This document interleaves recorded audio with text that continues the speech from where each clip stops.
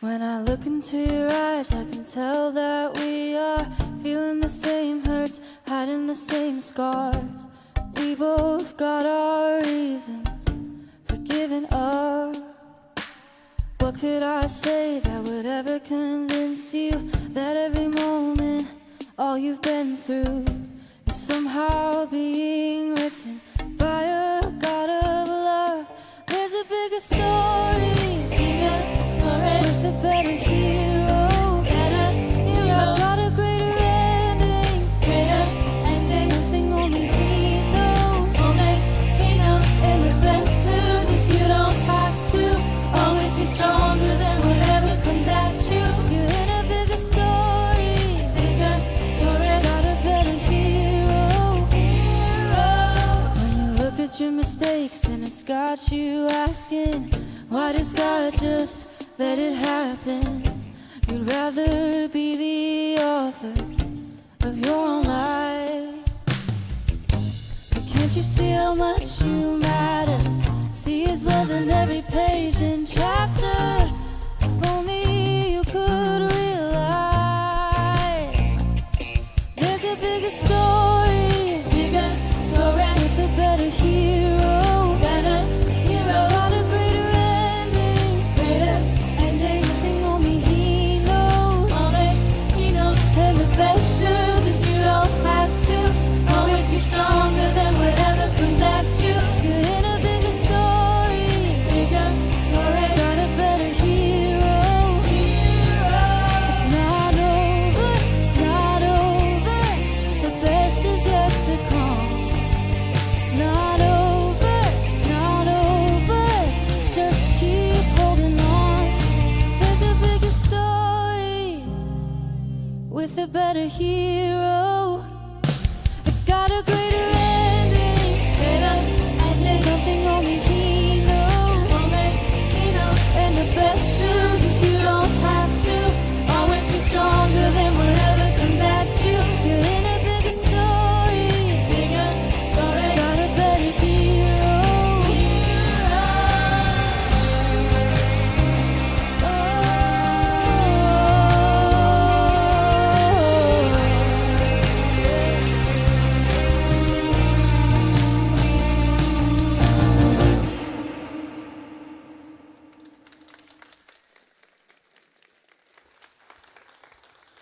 I've listened to that song a few times, and there's so many elements in it that I really enjoy. And I think the first one is it just really speaks to the practicality of the difficulty in life. However, every single one of us are writing a story. That's what we're talking about through this series. And I think there's something that kind of is a game changer. And I wrote it down. It's one of the lines from the songs because it really just spoke to me, and I hope that maybe it will to you. It says that in every moment, all you've been through is somehow being written by a God that loves you. Like, we bump into really hard moments, but the whole while, even if we don't see it, he's right there standing beside us. And as we're kind of moving through some of our defining moments, or the defining moments as pastors and teaching pastors, we have staff. I hope you start to think a little bit differently in light of some of those defining moments in your own life that maybe have been pretty hard. Because somebody wants to rewrite it, or he wants to redeem it in a different way, which is what we're going to be talking about today. But it's really great to have you all with us here. If you don't know who I am, my name is Adam. I'm part of the staff here at Clinton Township. And whether you're sitting in one of the chairs or you're watching online, we're so glad that you are here with us today. We know it's getting nicer out, and there's a lot of things vying for your attention, but the fact that you're here means quite a bit to us, and we are glad that you are here. Do have a couple of things coming up in the next couple of weeks that we would like to cue you in on. The first one is the next week. We are going to be jumping into VBS. If you have signed up, awesome. We've got a couple of hundred kids coming already, and we're practically thrilled that we get to talk to them about Jesus. But if you have somebody that you know, or maybe somebody in your neighborhood, especially that isn't involved in a church, we would love for you to invite them and their children to come be a part of it with us. We think it's going to be a fantastic time for them to hear about Jesus and his message. So we would love to have you or them here. If you want to jump in and volunteer with us for VBS, area, stop at the hub out on your way, and they can talk to you about that as well. And then on your way in or on your way out, there's going to be one of these cards with this title, Jump In. The summer, as you all know, can be a little bit thinner. We've got vacations coming up. I'm heading back to New York in a couple of weeks to visit my family, and I know a lot of you are heading to a beach or a mountain or something like that. But that means that it gets a little bit thin as far as volunteers or people to serve in our kids ministry goes, and we would love it if some of you could practically just jump in to help us. If that's something you're interested in or you might be able to do for a week or two, stop back in there. We would love to have somebody to talk with you to see what that look like and how you could be involved. And if you are a guest or you're new, maybe this is your first, second time here, we've never had the chance to speak with you or interact with you, we would love to do that. In that space in the lobby, it's called the Hub, people with those bright orange t-shirts. They'd love to meet you, answer any questions you have, and then we also have a small gift just to say thank you for being here in church with us. Now, before we go any further, we've got a video to watch here that's got some pretty exciting news, pretty thrilled at what's going to be in that, and rather than share it with you, I'm going to let you watch the video. Before we do that, when we go up, stand and greet our neighbors around us, and then we'll come back together and watch that amongst ourselves.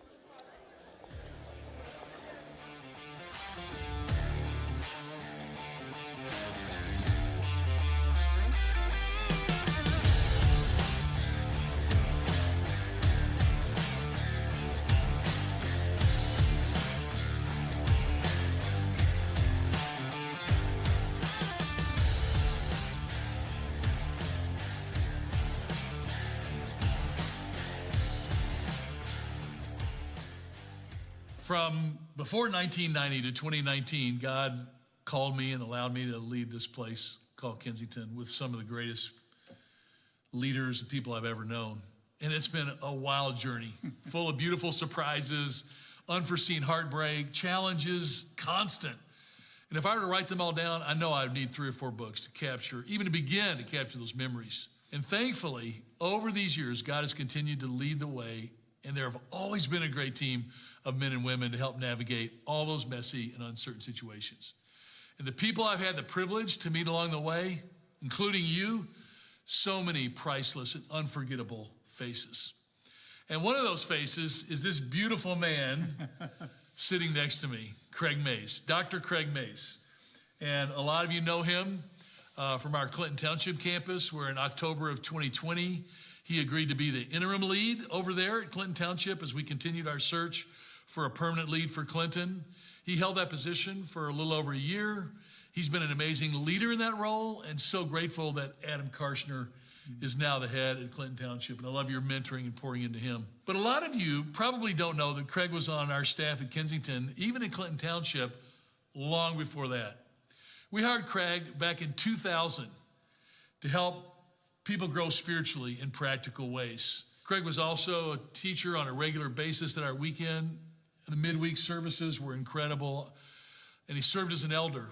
And in 2006, when we started our second extension campus in Macomb County, it was called East Campus at the time, it's now Clinton Township, we asked Craig to be the lead teacher for our new campus, which he graciously agreed to do. And then in 2008, he complicated my life. You came to me and said you thought God was calling you to start a church in New York City, and I was half excited and half angry because I loved having you here. But over this years, we loved being able to support you and Chris and give you our full blessing to launch Communitas in New York City. And then, of all things, Craig became the director of the New York City Rescue Mission for years. And Craig has spent these last decade, for sure, being with the richest of the rich and some of the most influential people in America, and then the poorest and the most downtrodden. But in all of this, Craig has never lost his deep passion for people to know Jesus. And as you know, the elders, in fact, as you don't know, the elders have worked so tirelessly the last few years, keeping their eyes and their hearts open as God was taking Kensington through changes and the person that was going to lead us. And I want you to know very clearly, we're going to continue that search with the help of an excellent national Christian executive church firm. But in the meantime, the elder board unanimously has asked Dr. Craig Mays to take the role as Kensington lead pastor. Craig is going to lead us in our mission to see everyone transformed and mobilized by Jesus. He's shown great wisdom, leadership, and a willingness to follow only Jesus with great humility. And I think those are key roles. And I think the other one that I would add is the well-being that you've brought just the last 2 years. Well, I just want to share with you, Steve, that without question, one of the greatest events of my life was when I was invited to join the staff of Kensington in the year 2000. At that point, I had been in ministry about 20 years. I was feeling very restless, really kind of bored, if I'm honest.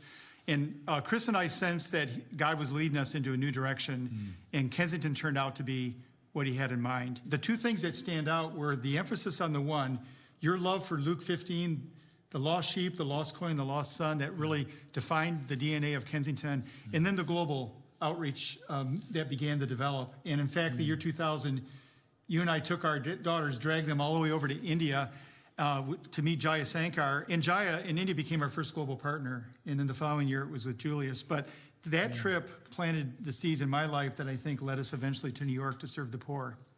Wow. So after being away 12 years, in the fall of 2020, it was with great honor that I was invited to come back to serve at Clinton Township in a season of transition. It's been a great reunion with old friends and an opportunity to forge new friendships. But I do want to say that as far as Communitas, because we have so many people in Kensington that pray for our church, that support us, that church is alive and well, that Chris, who's been leading it for the last 10 years, will continue to be the lead pastor there.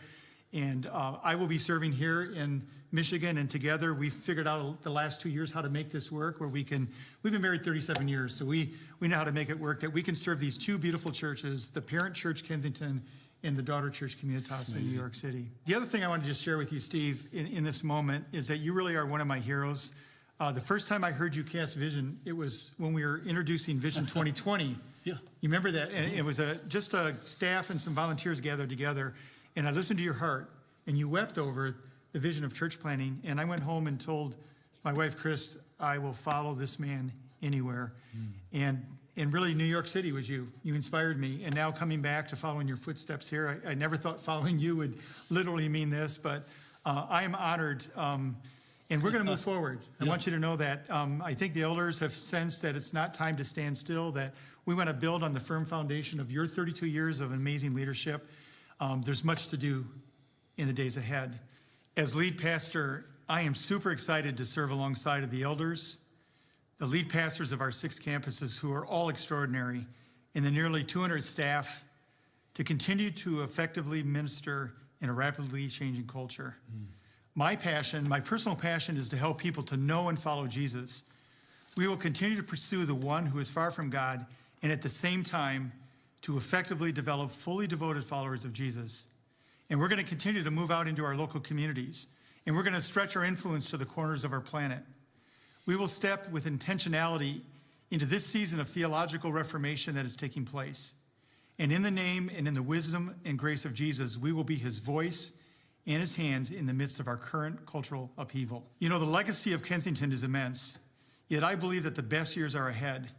I am extremely grateful for and deeply humbled by the opportunity to be a part of what God is going to do in and through us. And I want to just add something to that, which is really fun. I'm also absolutely thrilled to announce that the elders have, and you've come back and you've been working on this, to officially invite Andrew Kim to take the role as lead pastor of the Troy campus, which he has joyfully accepted. I want to thank you for leading that. And actually, I've only been on the job 4 days, and I already got it done. There's a lot to do. But the reality is that I've gotten to know Andrew over the last year and a half or so, and he's an amazing person. And I'm so excited for Andrew and Robin and their family to step into this role and to lead, because he's going to lead well. He's a great communicator. He has such passion for the community and for the world, and his love for Jesus and for others just spills forth all the time. So we're super excited for Troy campus and for Andrew. Yeah. So there you got it, guys. Men and women out there serving with us and following Jesus. Craig's our new lead pastor. Andrew's accepted the role as Troy campus lead pastor. I'm so grateful for you, brother, and for Andrew. And I really am excited for the great things ahead. Love to you. Thank you.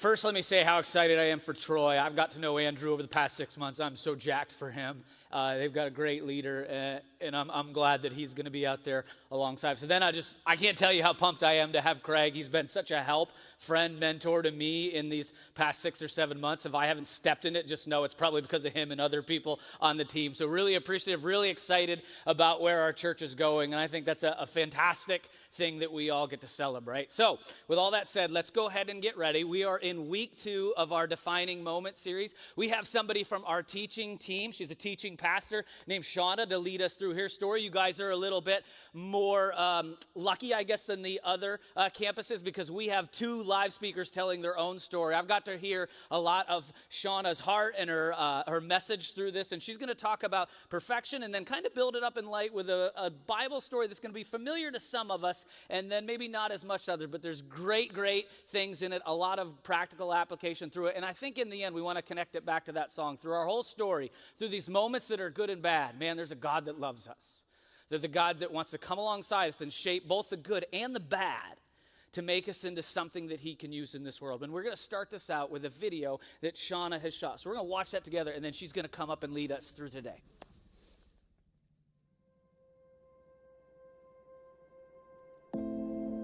Failure is not an option. The relentless drive, the fear. Failure is a part of what it means to be human. But most of us can't bring that into our own personal lives. Whether we fail terribly and promise ourselves never again, or whether we've done most everything right and we're terrified we'll lose everything if we make a mistake. And so we strive for perfection. We strive to please. We strive to achieve.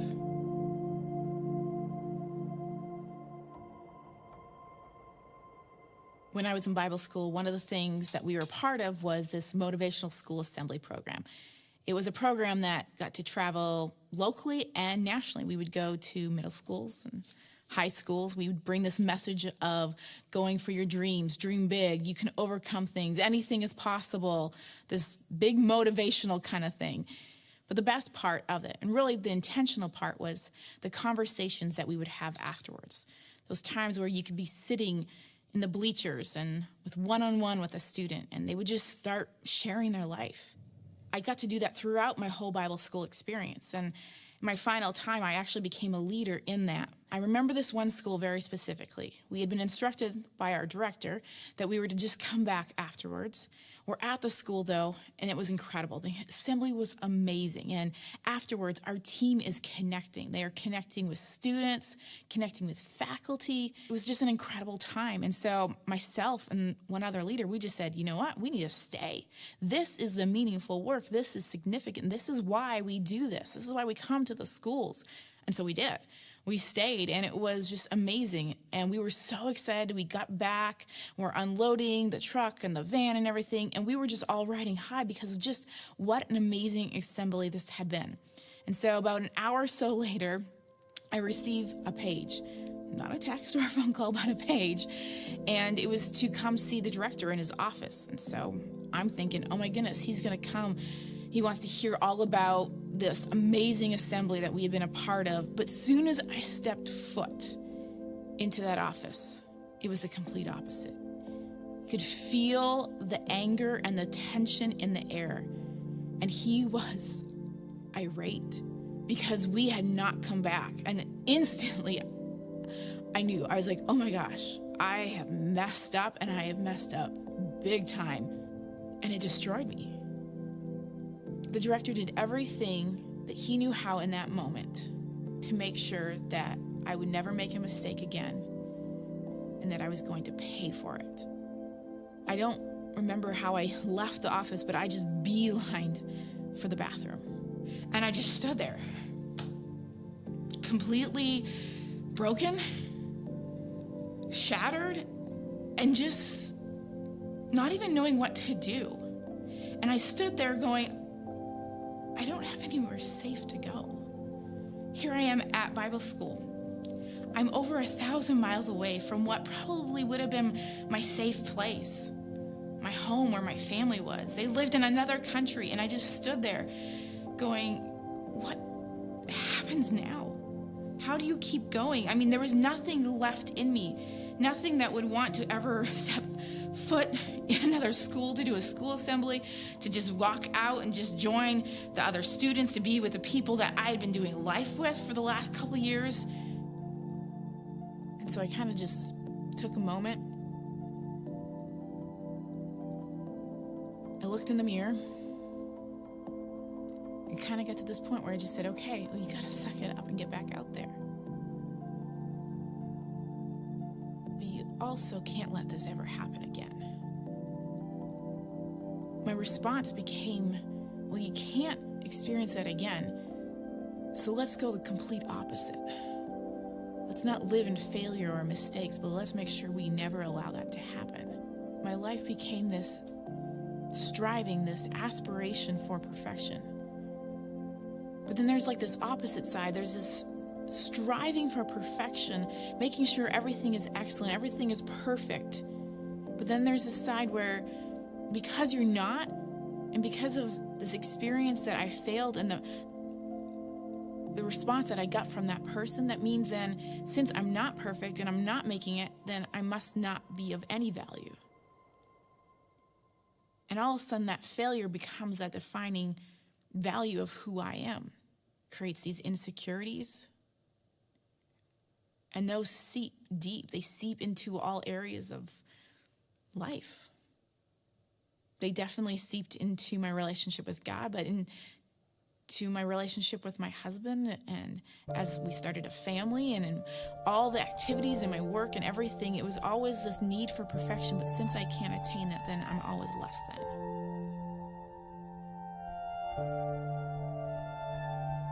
And it's like this internal war. And it traps you.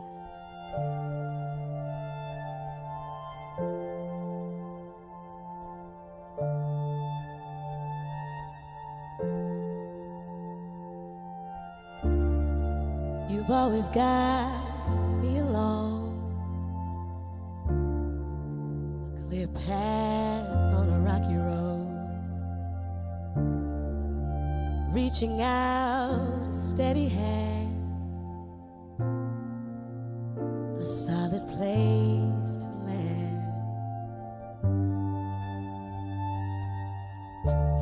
So now I wonder, what was it then that turn your eyes a dark red? It was a look I've never seen. What you despised was me. So I took the wrath, fell face down upon the path, and that was all for me. I couldn't comprehend how anyone could be so mean.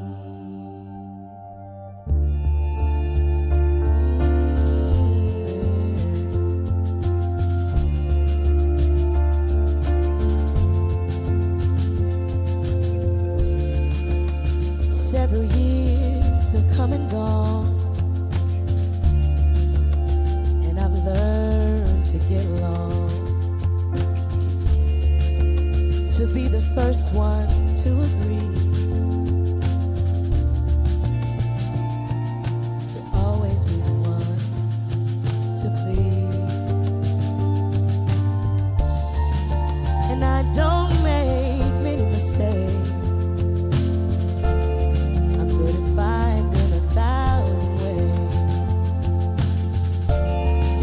Always care for what I show,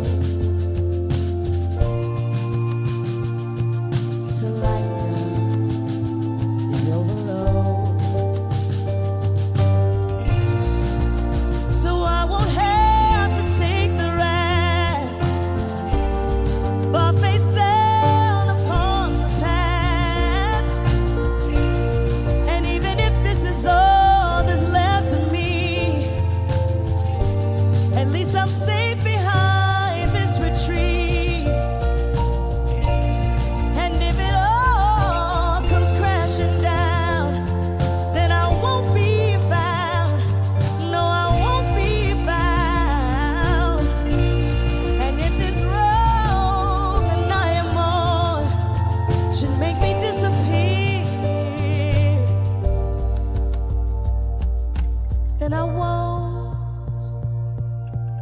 wrong again.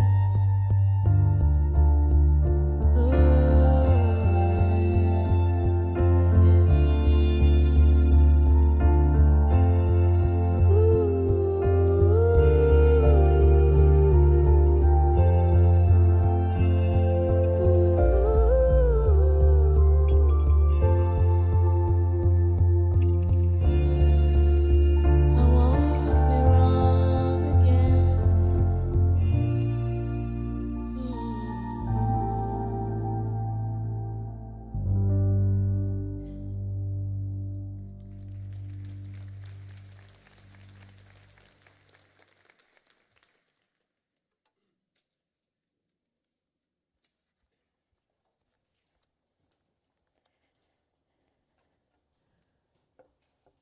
One moment.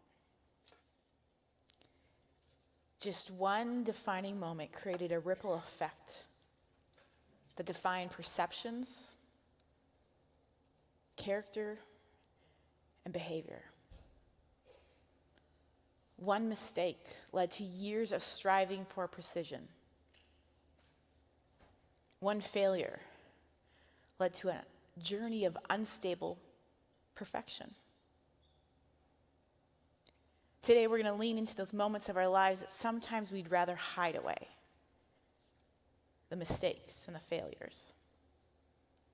And we're going to navigate some of the struggles and the pain, our responses to them, but also how God wants to intervene and redefine our lives. So I'd love to take a moment to pray. Will you join me? God, I pray that each one of our hearts would be opened to hear from you today.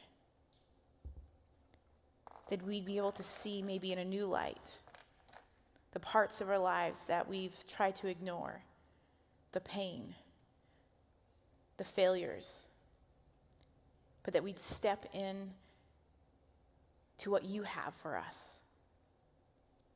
And the things that maybe we've held on to that have been defining our lives, that we'd release them and see that you want to define our lives. In your name, amen. Well, good morning, Kensington. It is wonderful to be here with you guys today as we are in week 2 of our series, Defining Moments. And at this time in the service, I do want to take a moment to receive our offering. And when you give your you really are giving to a mission.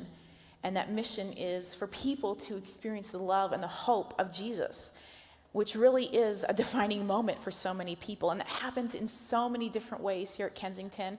Even just last weekend, we had our Hope Water Project 5K, which was a fantastic day. And it was just one of the ways that we are able to bring that hope and love, and it happens through the giving. And so because of that, now a community in Kenya is going to have clean drinking water. But not only that, it creates a bigger impact because that will bring in education and faith communities. And that will be a defining moment for those people. And so on the screen there, you can see all the different ways that you can give. And we thank you so much for those of you who are part of this. And if you are not, we would invite you to jump in and be a part of the mission here through your giving. So thank you so much. And so we all have these moments in our lives that are defining moments because life really is this journey. And in that journey, there can be bumps, there can be some uncertainty, there can be defeat, and there can be failure. Because we all fall short, we all fail, we all mess up. Now that can be just you fail to stop at the store on your way home from work to pick up milk or whatever maybe your spouse has asked you to grab. Or maybe you fail to pay a bill on time. Has anyone done that one? I've sometimes woken up in the middle of the night and gone, oh my gosh. And then I'm like reaching for my phone to try and do it. Or maybe you failed to text a friend back a week later. And you're like, oh my gosh, I am so sorry. I am the worst friend ever. Or you failed a test or an exam. You failed at a job interview. You failed financially, in a relationship, marriage, parenting. I mean, if you were a parent, we could probably hang out here all day and talk about all the ways we've failed as parents. But we all fail. We all experience failure. Now, some of our failures are bigger than others, and some have bigger consequences. And failure can leave us feeling defeated, disappointed, angry, sad, frustrated.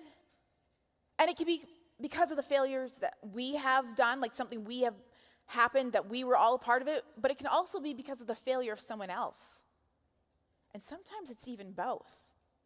But many times when we experience failure, it's as if our brain all of a sudden is like the warning lights, the red lights. It's like warning, warning, abandon ship, do whatever you have to get out of there, to do something different, to protect yourself, because we don't like to experience failure. It doesn't feel good. Now, the Bible is actually full of stories of people who failed. I mean, you have Adam and Eve, Cain and Abel, Samson and Delilah, there's Samuel and his sons, David, and that's just a couple of people in the Old Testament. You keep reading, there's more stories of people basically just messing up. They make mistakes, things aren't going well. And in the Bible, we actually get to read about their experiences and really also the impact that it has on their lives. Because failing is an inevitable part of the human experience. And so today we're going to look at one story specifically, and it's found in the New Testament, and it's about a guy named Peter. Now, Peter, he was one of the 12 disciples. But before he was a disciple, Peter was a fisherman. So Peter had been a fisherman, and he was doing all of that when Jesus actually came by and was like, hey, Peter, come be my follower. And Peter does. He leaves everything of his former life. He forgets the whole idea of fishing, his career, and he goes off and he becomes a follower of Jesus. And Jesus has 12 disciples. But of those 12 disciples, there is a group of 3 who are like the closest to Jesus. And Peter is one of those guys. So, I mean, he loves Jesus. Now, here's the thing about Peter, though. Peter was a little brash at times, a little impulsive. He's the guy that's just going to say what he wants and do what he wants without thinking through the implications. And then afterwards, he's like, oh, maybe I shouldn't have said that. Like, that's Peter. Now, we're going to pick up the story with Peter, and it's shortly before Jesus is arrested in the garden. And so Jesus is hanging out with some of his disciples, and they're having this conversation. And here Peter is really passionate, and he's really excited because you can almost hear him yelling his devotion to Jesus. And so we're going to read this in Matthew 26. And it says, then Jesus told them, this very night you will all fall away on account of me, for it is written, I will strike the shepherd, and the sheep of the flock will be scattered. But after I have risen, I will go ahead of you into Galilee. Peter replied, even if all fall away on account of you, I never will. Truly I tell you, Jesus answered, this very night, before the rooster crows, you will disown me 3 times. But Peter declared, even if I have to die with you, I will never disown you. And all the disciples said the same. So here we can sense Peter's passion. I mean, he's practically yelling. I mean, he's maybe even a little impulsive, but I actually think he really meant this. I mean, Peter loved Jesus. He was Team Jesus all the way. So he's like, there's nothing that would happen. I'm always going to be for you, Jesus. And he's like, I would die for you. I mean, Peter is passionate. He loves Jesus. But when we continue to read in this chapter, we jump down a few verses, we see that this prediction that Jesus gave actually comes true. So we're going to jump down to verse 69. And here Jesus has been arrested. And it says, now Peter was sitting out in the courtyard, and a servant girl came to him. You also were with Jesus of Galilee, she said. But he denied it before them all. I don't know what you're talking about, he said. Then he went out to the gateway, where another servant girl saw him and said to the people there, this fellow was with Jesus of Nazareth. He denied it again with an oath. I don't know the man. After a little while, those standing there went up to Peter and said, surely you are one of them. Your accent gives you away. Then he began to call down curses, and he swore to them, I don't know the man. Immediately a rooster crowed. Then Peter remembered the words Jesus had spoken. Before the rooster crows, you will disown me 3 times. and he went outside and wept bitterly. As the rooster crowed, Peter remembers the words. I imagine that his body must have just flushed faint, that there was almost this numbness in the realization of what he had just done. He disowned Jesus. It says that he left. That he went and he uncontrollably and bitterly he wept. You can sense the pain, the disappointment that he messed up and he knew it. He failed Jesus. So he leaves, he goes off in despair. He leaves Jesus. He abandons him. He abandons the person that he loves, that he cares about. He abandons the person who loves him. But not only that, this is a pivotal moment. Jesus has been arrested. He's being falsely accused, but Peter leaves. He can't even face Jesus. He knows what he has done. He feels the weight of his failure, so he runs. He goes far off. And from Scripture, we learn that he actually goes back to his old life. He goes back to his life of fishing. And maybe you've felt similar emotion after a moment of failure. See, many times failure can represent this cinder block that I have here. This cinder block is heavy. It's not pretty. It's kind of awkward. Kind of want to hide it. It's a big weight. It's immovable. But it makes an impact. Our failure, those mistakes, those defining moments, it's like this big weight in our life. And our response to failure is like this chain. See, we all respond to failure in different ways. Now, Peter, he responded to failure by he ran away. He had to get as far away from that cinder block. He needed to escape. He wanted to forget that moment. He went back to his old life. And for some of us, that's what we do. We go as far away as possible. We want to run away. We want to make sure that we never have to see the failure, that we never have to experience that again. Now, some of us, though, we don't run away, but it's almost as if we get chained right to the cinder block. We put up walls. We feel like we're stuck, that we can't do anything. And because of that, then we quit. We give up. But some of us respond kind of like how I did.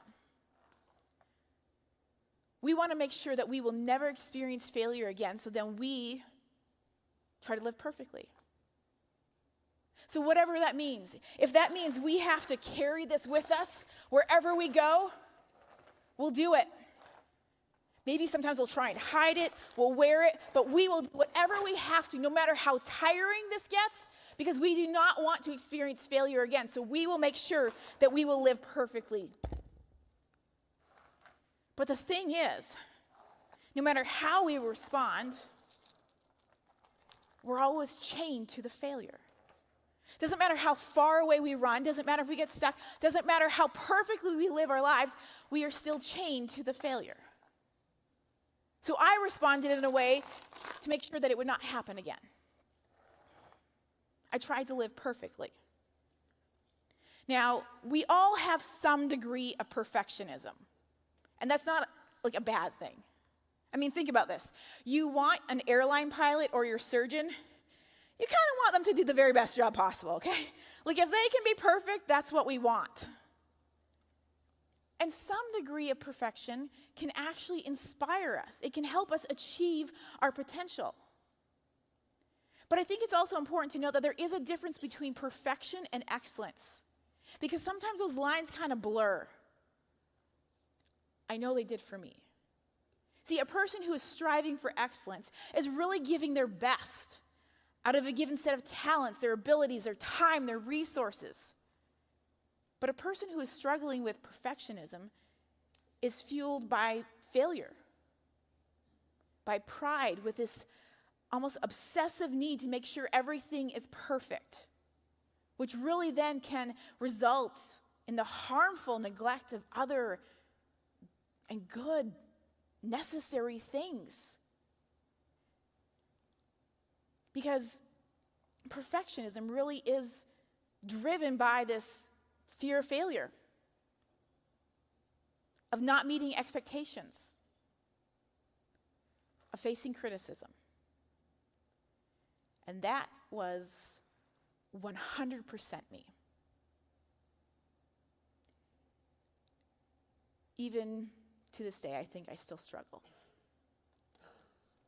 Because unhealthy perfectionism is really characterized by this need to control situations or people.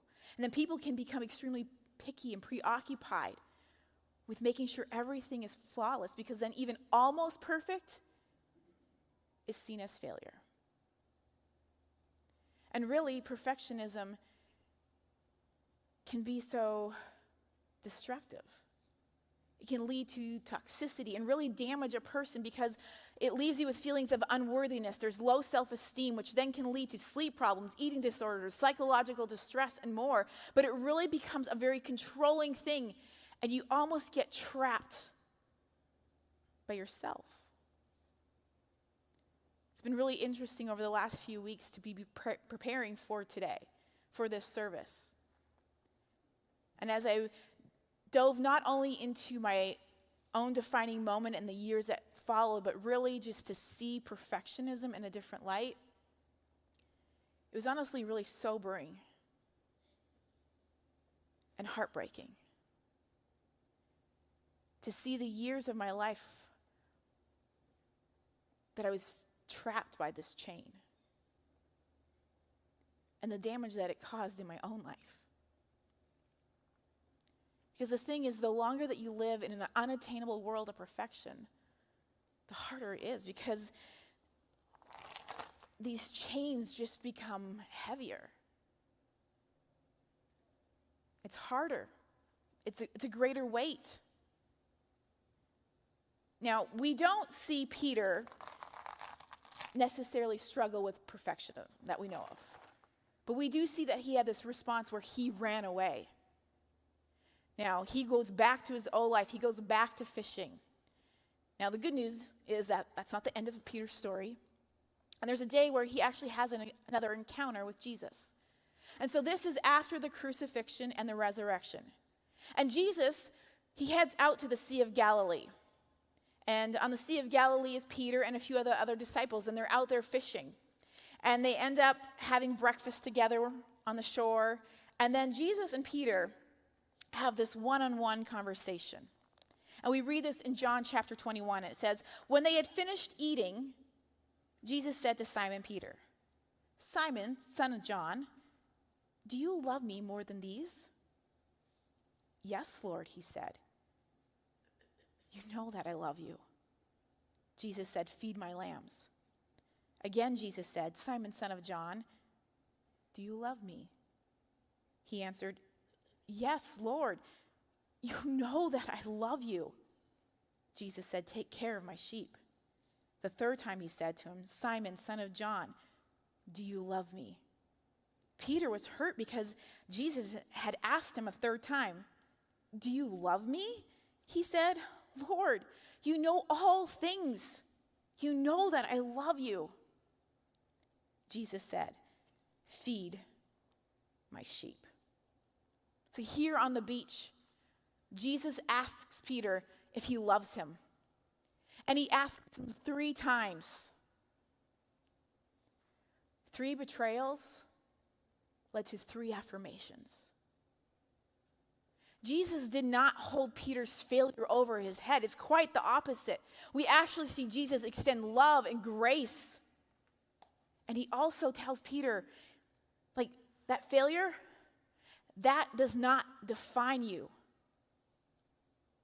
But so many times we allow our failure to define us. We allow the cinder block to be the pivotal point in our lives, sometimes without even realizing it.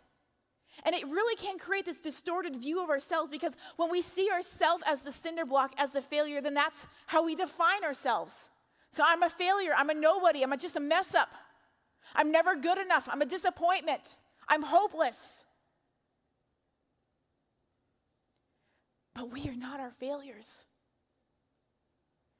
Failure does not define us. God defines us. In Christ, we are accepted. We are chosen. We are loved. We are set free. We are redeemed. We are complete. We are made whole. We are forgiven. We are not our failures. Failure happens, a part of our story. But it is not the defining moment of our story, nor is it the last word of our story.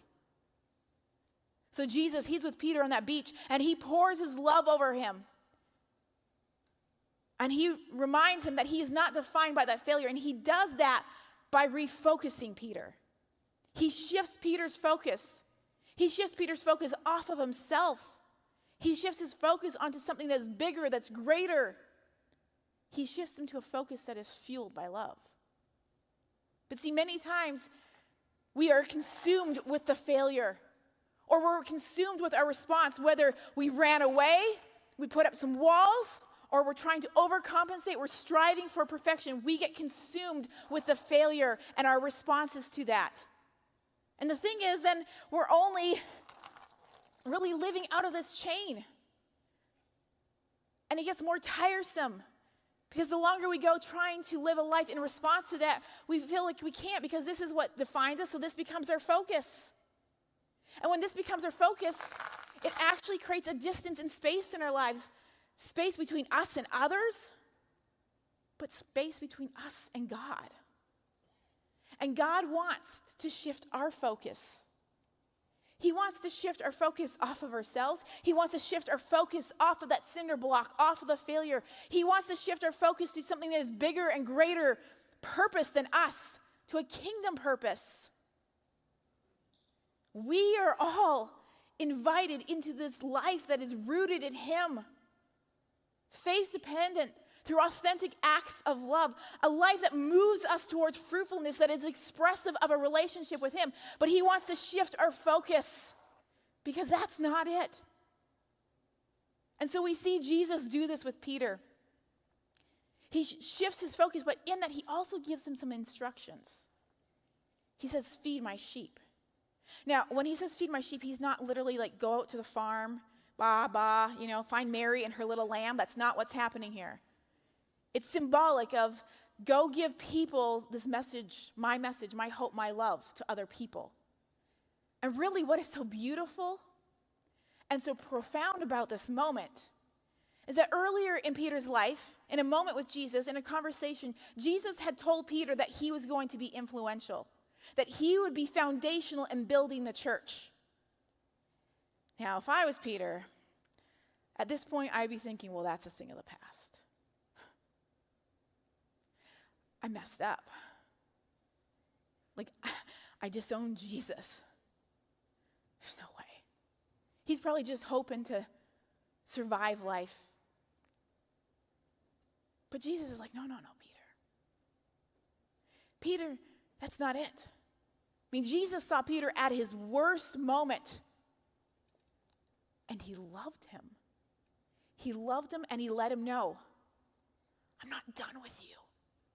I picture Jesus almost taking Peter and looking eye to eye saying, I am not done with you, Peter. And the same goes for us. Jesus is not done with us. It does not matter what has happened, what we have done, whatever failure we have experienced. Jesus is not done with us. Jesus is not looking for perfect people as His followers.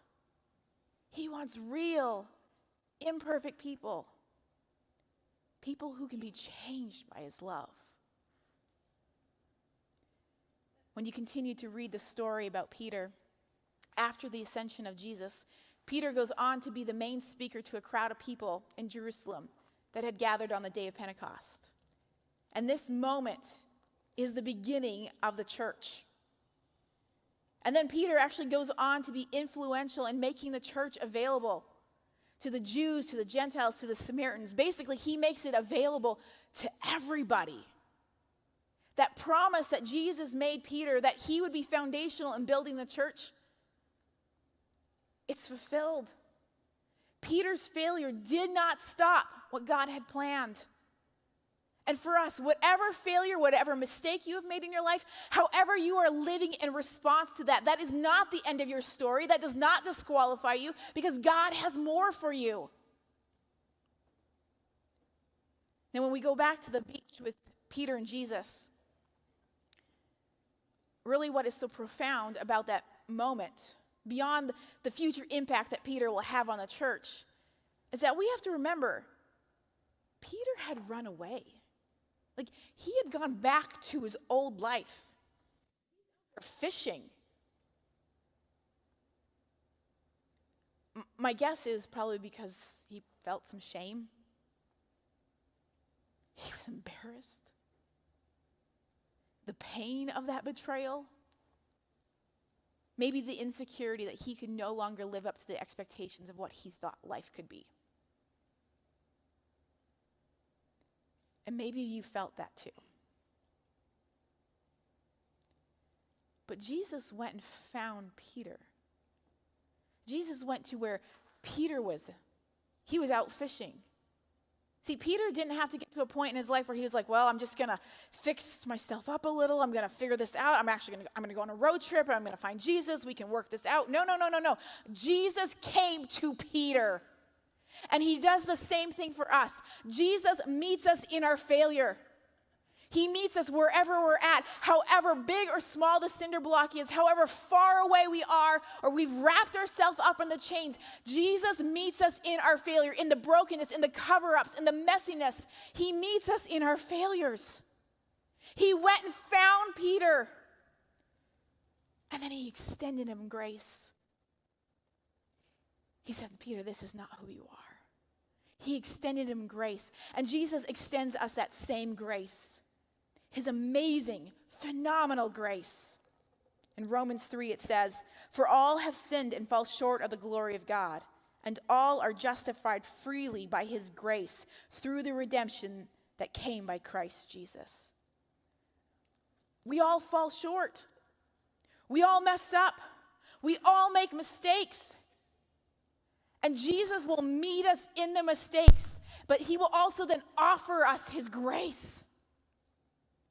He meets us there and goes, here, I have something far better for you. Something far better than your idealized imaginations of perfection or your avoidance of running away. Because see, this only enslaves us. This holds a grip on our life.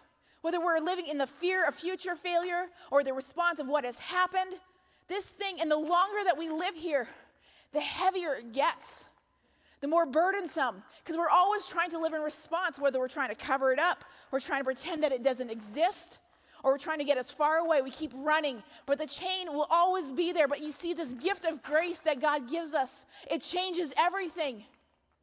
His gift of grace brings us redemption. His gift of grace brings us freedom, and it brings us freedom from the chains of our failure. We are no longer tied to our failure, to our past, to the mistakes. Because of him, it changes everything. I love this quote from Bob Goff. He says, grace means we don't need to airbrush our lives to make them look perfect when they're not. We don't have to pretend anymore. His grace changes everything and brings freedom in our lives. Now, it's definitely been a journey for me to learn not to airbrush my life, to accept grace, the imperfections, and failure.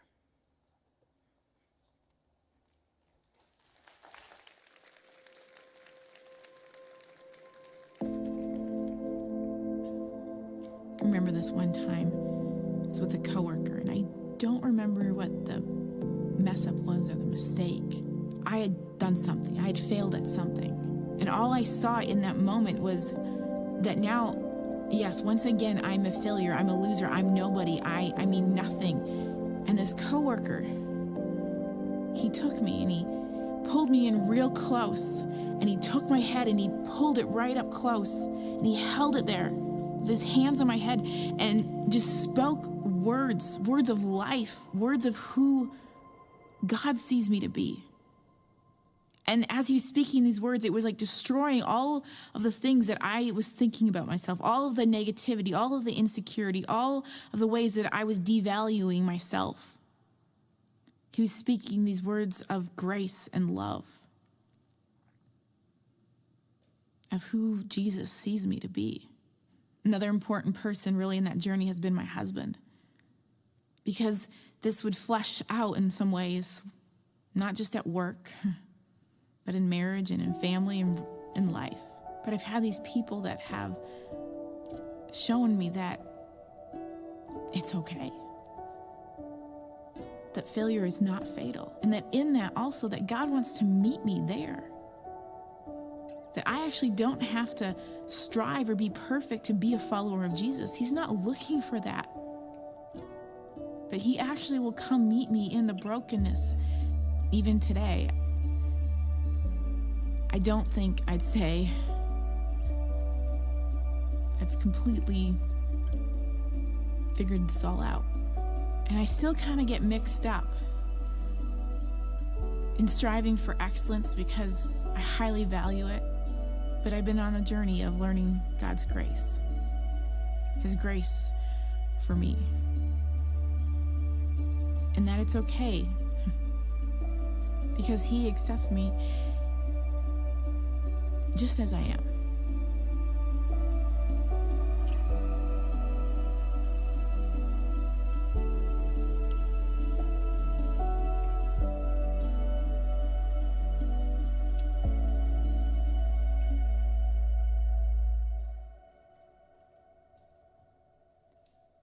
Jesus accepts us just as we are, failure and all. He loves us. And it doesn't matter what mistake, failure, doesn't matter if we have run away, if we've given up, if we've quit, or if we have tried to live our life to overcompensate, to be perfect, to ensure that we would never experience failure again, because he is not looking for perfect or performed behaviors from us. Because when we do that, we actually miss out on him. And we miss out on him working in and through our lives. Even our worst mistake, no matter how great, does not change God's love for us. And the thing is that Peter had to make a choice. So him and Jesus, they have this moment on the beach. And afterwards, Peter could have been like, wow, well, that was awesome. So glad I got to see Jesus again. And then he could have just been like, I'm just going to go back to fishing. Peter had to make a choice. I mean, Jesus came to him. He gave him his love, the grace, and he said, hey, Peter, I got this purpose for you. But at the end of the day, Peter had to make the choice. Peter had to decide if he was going to let the chain of his failure hold him back and keep him in his old life, or if he was going to release it and step into the new life and the purposes and the grace and the freedom that Jesus had. And we all have that choice today too. Whether your life feels messy and complicated, whether it feels overshadowed by failure or mistakes, or you are gripped by fear or perfection, Jesus is here to remind us of one thing that's very important. That no matter what your life has been, no matter what has happened, that you are loved. That you are loved. And that your failure does not define you, but that he will meet you in your failure and that he has more for you. And that he has this gift of grace that he wants to give us today. But just like Peter, we have to make the choice. We have to choose to step towards him, to run towards him. And all we have to do is say, Jesus, I need your grace. And maybe that's just a small little step, or maybe it's a leap, but to say, God, I can't live in the past mistake or the failure. I can't live in the perfection or the avoidance. I need your grace today. Because in his grace, we find freedom. And we can step into the purposes that God has for each one of us. Will you pray with me? God, I pray for every single person who is in this auditorium and who is watching online today. You know their story, God. You know what it's been like. You know the experiences. You know the points of pain, the moments of failure, mistakes that they have been a part of, the things that have happened to them that they had they couldn't have done anything about it. But I pray more than any of that, Jesus, that they would know how much you love them. And that we do not have to be defined by those moments of failure, moments of pain, but you want to redefine our lives today. That you have this gift of grace. And I pray that we would step into that, we would accept it, that we would say, God, we need your grace. Because your grace changes everything. And that each one of us, whatever it looks like for us, would take a step to run towards you today, to live in the freedom and the purposes that you had for us. In your name, amen.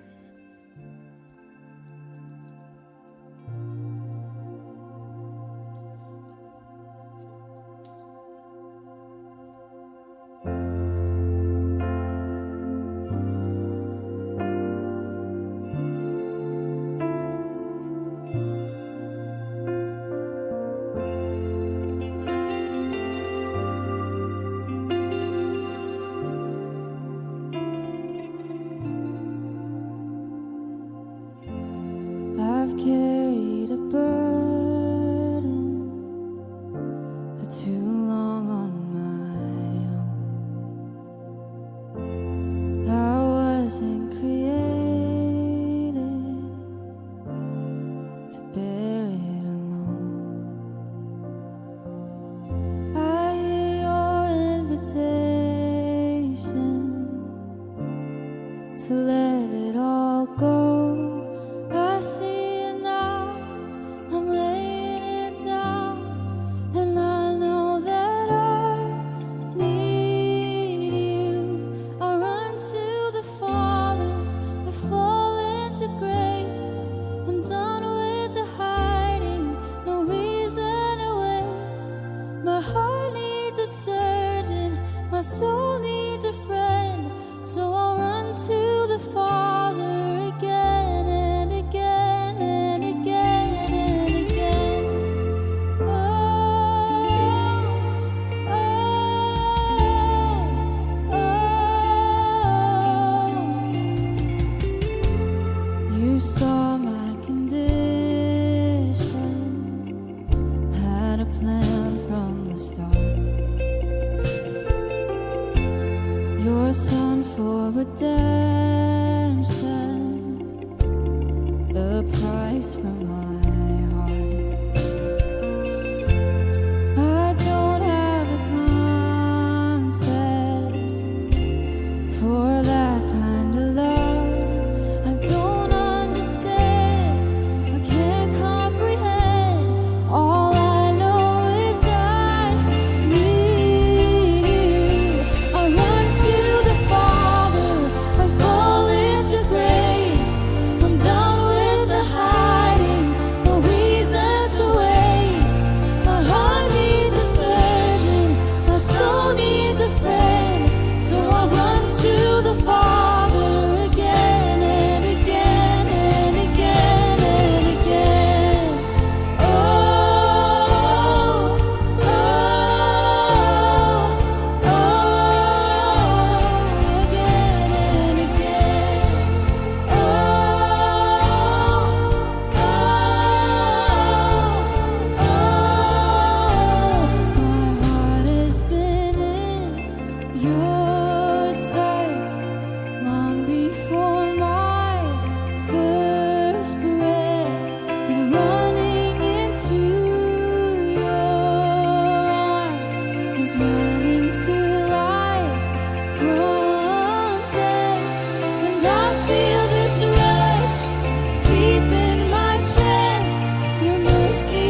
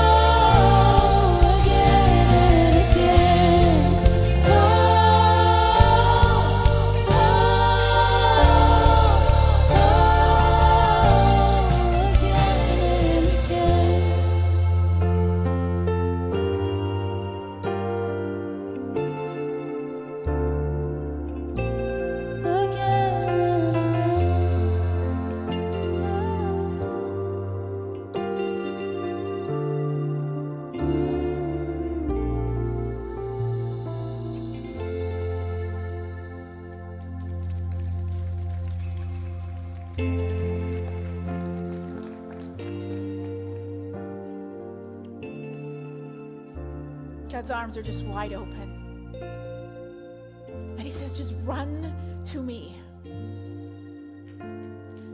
Run to me. And it doesn't matter what. It doesn't matter your reason why you need to. Just run to him. He loves you. And he wants to be a part of redefining your love, your life, the grace that only he can give. It doesn't matter what has happened, what mistake, how you've been living your life. His grace is here for you today. I also want to let you know that our prayer team will be down front. If you'd like to talk with them, to pray with them, please do so. They are here for you. And we hope that you'll come back next week as we continue this series for week 3 of Defining Moments. And that you will come join us on Wednesday night for our midweek service. It's an incredible time to just dive a little deeper, to allow yourself to experience his love in new ways and to grow in your faith and your walk with him. So we'd love for you to come be a part of that. We hope that you will have a wonderful day and a great week ahead, and know that he wants to redefine your life.